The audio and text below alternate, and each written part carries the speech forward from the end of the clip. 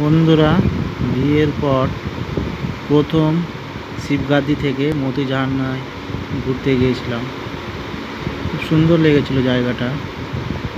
যে ঝর্ণাটা দেখলেন ওটা বিশাল উঁচু থেকে প্রবাহিত হয়। এখানে এই ঝর্ণার জলে সবাই স্নান করে। আমরা অনেক পরিশ্রম করে গিয়েছিলাম।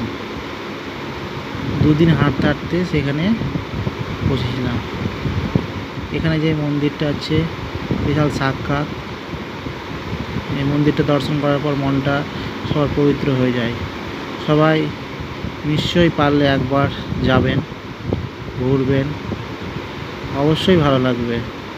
আমাদের তো খুব ভালো লেগেছিল, আপনাদেরও ভালো লাগবে। দেখেন কত লোক গিয়েছে এই মন্দিরটা দর্শন করার জন্য। আর পাহাড়ের মাঝখানে আছে এই মন্দির। সেই অপরূপ দৃশ্য, মন ভরে যাবে। দৃশ্য দেখেছেন ঝর্ণাটা কীভাবে পড়ে, ঝর্ণার জল। আর ঝর্ণার জল চারিদিকে গাছপালা আর পাহাড় আর পাহাড়। যাদের পাহাড় পছন্দের তারা এই জায়গাটা অবশ্যই যান এবং গিয়ে ঘুরে আসুন, দেখবেন নিশ্চয়ই ভালো লাগবে। আমার তো খুব ভালো লেগেছে, আমার পরিবারেরও খুব ভালো লেগেছিল। আমরা এবার আবার যাব শ্রাবণ মাসে।